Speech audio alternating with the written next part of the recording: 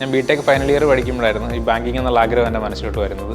അങ്ങനെ BTech complete ചെയ്തു. BTech കഴിഞ്ഞിറങ്ങിയിട്ട് ബാങ്കിങ്ങിന് പറ്റിയ ഇൻസ്റ്റിറ്റ്യൂട്ട് ഏതുണ്ടെന്ന് അന്വേഷിച്ചത്. അങ്ങനെയാണ് IBSനെ പറ്റി അറിയാൻ പറ്റിയതും. ആദ്യമൊക്കെ നല്ല ബുദ്ധിമുട്ടായിരുന്നു, നല്ലോണം സ്ട്രഗിൾ ചെയ്തിട്ടുണ്ടായിരുന്നു. പിന്നെ IBSൽ പതുക്കെ സ്പീഡ് ടെസ്റ്റ് തുടങ്ങി, അത് അറ്റൻഡ് ചെയ്യാൻ തുടങ്ങി. പിന്നെ മോക്ക് ടെസ്റ്റ് തരാൻ തുടങ്ങി, മോക്ക് ടെസ്റ്റും ചെയ്യാൻ തുടങ്ങി. ആദ്യമൊക്കെ മാർക്ക് കുറവായിരുന്നു. പിന്നെ എല്ലാം മേക്കപ്പ് ചെയ്ത് വന്നു, തെറ്റ് മനസ്സിലാക്കി അത് തിരുത്താൻ നോക്കി. അവിടെയാണ് എനിക്ക് നല്ലൊരു എക്സ്പീരിയൻസ് കിട്ടിയതെന്ന് പറയുന്നത്.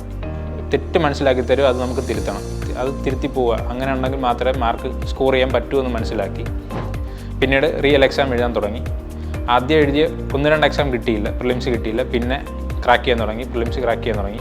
അങ്ങനെ മെയിൻസിലോട്ട് വന്നു. മെയിൻസിലേക്ക് വന്നപ്പോൾ മെയിൻസ് GA ഒരു ഇമ്പോർട്ടൻറ്റ് ഫാക്ടറാണ്. GAക്ക് വേണ്ടി IBSൽ ക്ലാസ്സസ് ഉണ്ടായിരുന്നു. പിന്നെ സ്വന്തമായിട്ടും പഠിക്കുന്നുണ്ടായിരുന്നു. ന്യൂസ് പേപ്പർ റെഫർ ചെയ്യുമായിരുന്നു ഡെയിലി. ഇംഗ്ലീഷും അതുപോലെ തന്നെ ന്യൂസ് പേപ്പർ റെഫർ ചെയ്യുമായിരുന്നു. എഡിറ്റോറിയൽ വായിക്കുമായിരുന്നു ഡെയിലി. വേർഡ്സ് നോട്ട് ചെയ്ത് വെക്കുമായിരുന്നു, അത് പഠിക്കുമായിരുന്നു. അങ്ങനെ ഇപ്പോൾ 2025 ഏപ്രിൽ 1 IBPS ക്ലർക്കിൻ്റെ റിസൾട്ട് വന്നപ്പോൾ IOBയിൽ പ്ലേസ്മെൻ്റ് ആയിട്ടുണ്ട്. തുടക്കത്തിൽ എൻ്റെ ഇനിഷ്യൽ സ്റ്റേജിലൊക്കെ എനിക്ക് നല്ല ബുദ്ധിമുട്ടായിരുന്നു. ഡ്രോപ്പ് ചെയ്താലോ എന്ന് പറഞ്ഞ് ഞാൻ ആലോചിച്ചതാണിത്.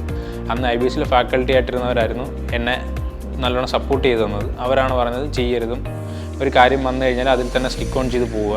നമുക്കൊരാഗ്രഹം ഉണ്ടെന്നുണ്ടെങ്കിൽ അത് നടക്കാനായിട്ട് നമ്മൾ ചെയ്യുന്ന പ്രവൃത്തിയിൽ സ്റ്റിക്ക് ഓൺ ചെയ്ത് പോവുക, എങ്കിൽ മാത്രമേ നമുക്കത് അച്ചീവ് ചെയ്യാൻ പറ്റത്തുള്ളൂ. അതിനുശേഷം ആ ഒരു പ്ലാൻ അവർ ചെയ്തു തന്നു. അത് കൺസിസ്റ്റൻ്റായിട്ട് കീപ്പ് ചെയ്ത് പോയതുകൊണ്ടാണ് എനിക്കിന്ന് ഈ ഒരു ജോലി നേടാൻ സാധിച്ചത്. ഒരു ബാങ്കിങ് ആസ്പിരൻറ്റിനെ സംബന്ധിച്ചിടത്തോളം IBS ആണ് എപ്പോഴും നല്ല മികച്ചൊരു ഓപ്ഷൻ.